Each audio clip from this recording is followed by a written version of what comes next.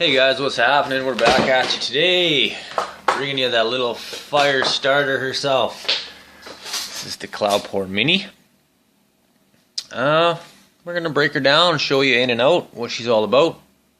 Not a bad little unit, I gotta say. I've been using her now a couple weeks, and she performs pretty well. One little glitch I'm gonna talk about, but other than that, she's been a pretty good little unit. I love the size. Like, there's a ton of these little 30 watters out there. This thing is solid steel. Steel. It's not aluminum. Like, this thing is heavier than my IPv2S. Love that it's so solid. A ton of these little units I was saying, but there's not a lot of them that you can just swap the batteries out. Picked this guy up just before the Chinese New Year there, actually, from a site. I'll post it in the description. It was called Sigabuy.com. Best price I could find, I believe. I think it was Sigabuy, actually. No, it was GearBest. GearBest.com, and it was $28.99 or something like that. I wouldn't recommend the site. I didn't have very good success with them. I did, whatever. Customer service is just hard to get a hold of and shit if you have problems. But they did get it to me pretty quickly. It was DHL. I did have some problems with shipping and crap though, and not too happy with them. But anyways, we're here to talk about the device. So, gold-plated 510 on the top. It is an adjustable 510, so you are able to adjust that center screw up or down. You thread your atomizer on, the atomizer contacts the screw, and finishes threading it all the way down as you complete threading the atomizer on. So everything does sit flush. However, the way it is a mini, so things kind of hang off the front just a little bit. Don't know if that's going to be the end all for you or not. Oh, come on. I don't mind it, to be honest. It's just a little lip on the front. Sides are flush, which is nice. It's just the front. And that was why Elif's design was so nice. But this, I don't mind it. It's not bad. 5 clicks, turn it on. And this is the glitch for mine. So this reads low. This 0.5 ohm coil in here, if I throw it on my IPv3 here in a second and show you, it's 0.6. So this thing reads low for some reason, but I don't know. I don't know quite how low. I need a few devices to check, and my ohm meter's broken right now. So you just, I've got the power locked right now. You hold these two down together for 5 seconds, and it will unlock the power settings, I'm in voltage mode right now. If you want to change to wattage mode, you press the power button and the down arrow for 5 seconds, and now it is in wattage mode. So the glitch, you can see, it shows the ohms on the screen but no voltage. Well, what the hell is that? Well, when I fire it, there's the voltage, 288 volts. Well, I should save that voltage on that main screen there, but it doesn't. I've had a couple of these units now, both were the same. So I'm making this video, going to show the Cloupor rep here too. Might as well get my card handy to show them. So I'll show you everything you get in the box here now. You get a VIP card. This is just for warranty purposes. Keep that. It's actually not a bad box. It's kind of like a Samsung cell phone box. One thing that I'm happy to see is they did include a nice USB cable with this. It's retractable, so you do get a little bit of length out of it, which is nice. Good on you, Cloupor, for including that. Always pull from the ends, not from the center. But it's a good little cable. It's not one of those cheap little 3-pin ones. It actually charges fairly quickly. It seems to be somewhat of a quality cable.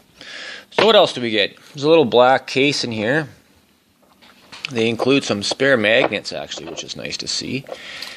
So you get 4 spare magnets and some adjustment screws for the 510 connector, which is nice to see some spares, as those do get lost. 3 spares too, that's nice.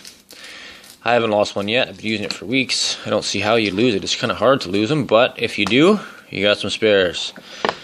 And that's it. You get a little screwdriver in there as well for adjusting that screw that I was just speaking about. So it comes with a little kind of a quick start manual here.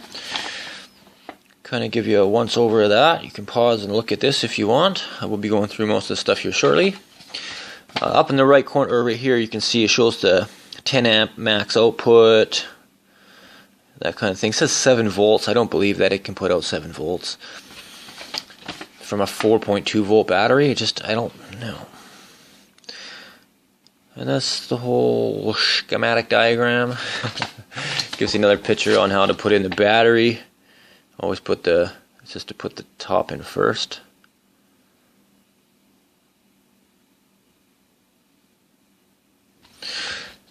And that's basically it. Pretty happy with the unit. Been using it for a couple weeks now. So it does offer pass-through vaping, which is nice to see, you know, for these devices.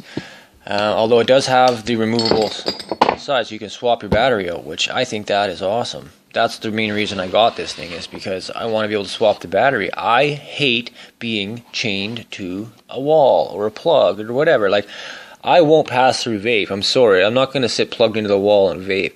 One thing I want to caution you against, and this isn't just with this device, this is with all pass-through vaping or any type of, do not hook it up directly from your car. Car power in your car is inherently dirty. Like, the voltage fluctuates all the time. Especially in the older cars, it can be really bad. But it's really, really bad for charging stuff, especially like computers or, you know, even cell phones. It's bad for your phones even, guys. So I try not to plug into the car. And with these things, you don't want to do it. You just don't. If I'm going to pass through, the only time I'll ever even pass through is in a situation like this, where I have a little power bank. This actually has 2 of these batteries in here. It's 5,600 milliamps or something. Not high current output though, but it will charge, you know, 2 cell phones, or it'll charge this thing up twice. So if I'm in the car and it's dead, I'll plug into something like this. It'll put out 2 amps of charging current. Okay, that is the only way I'll ever pass through vape. I'm sorry, I freaking hate pass through vaping. So, let's get into it.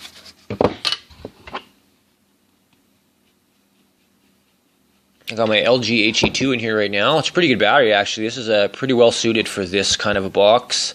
Cheap battery, 2,500 milliamps. It's rated for 20 amp continuous, 35 amp pulse.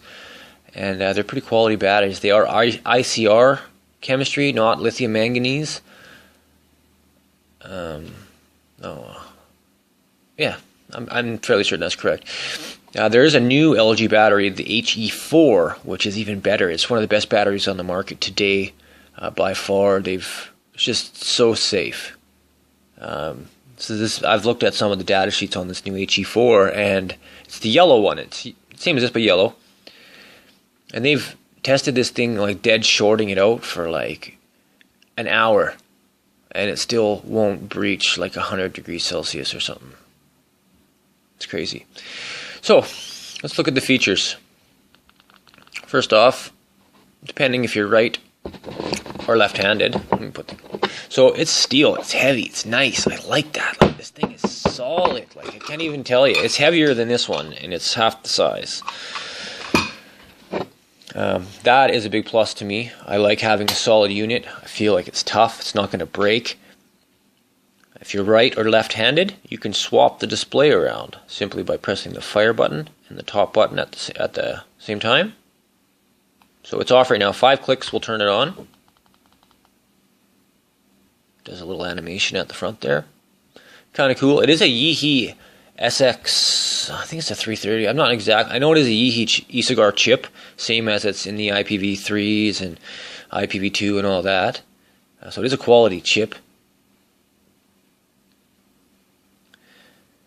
So if you want to flip the display around, you press the fire button and the up arrow basically. At the same time, it says right now right mode because it's in right mode. Keep holding and it flips it to left mode, which is actually where I like it. Even though I vape right-handed, I feel like it's facing me that way. I don't know. So if you want to turn it to wattage mode, you press the fire button and the down arrow same time. Now it turns it to voltage mode, so you can adjust it that way. Same thing to turn it back to wattage. If you'd like to lock it so you can't muck up your settings, or you get it where you like it, you press both together and hold them down. Now it's locked. You can still fire in this, but it will not allow you to adjust your settings. So the only way to make sure that it's not going to fire in your pocket is to turn it off, and that is 5 clicks. Just turns it off. Now there's nothing, it won't fire. Or just take the battery out. A lot of guys will do that too. So that's basically it. Micro USB charging port on the bottom. I believe it's 800 milliamps is the max charging current on this, but I'm not sure on that. It does seem to charge fairly quickly. It doesn't take that long. I plug in at night, it's 2.5 to 3 hours, charge up the battery.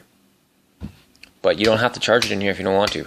Just take it out and throw it in your night core or whatever else you're using to charge your batteries, and you are covered. So that's essentially all you get. That's the video, guys. I hope you like it. I'm going to just throw this on the IPv3 here and just show you the resistance difference. Okay. Just taking the goblin off here.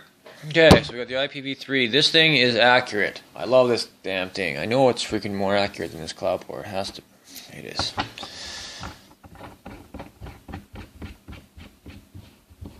Okay, so this one here shows 0.62, 0.60 firing. So, let's see what the Cloupor says. And that's right, because it's 0.5 ohm coil. It's a regular Kanger disposable coil, which is a 0.5 ohm coil. But when you burn it in, the resistance raises by at least a 0.1. Everyone knows this, and it's true. So this is a burned-in coil. Now it shows 0.5. So I don't know. It's 0.1 low, and they don't get the voltage readout. I have 2 of these that do exactly the same thing, but they function properly. The output is accurate. I don't know. So thanks again for watching, guys. If you liked the video, anything you want to see, questions, comments, get at me. Love to hear from you guys. Make it cloudy for me, my friends. Keep calm. Vape on.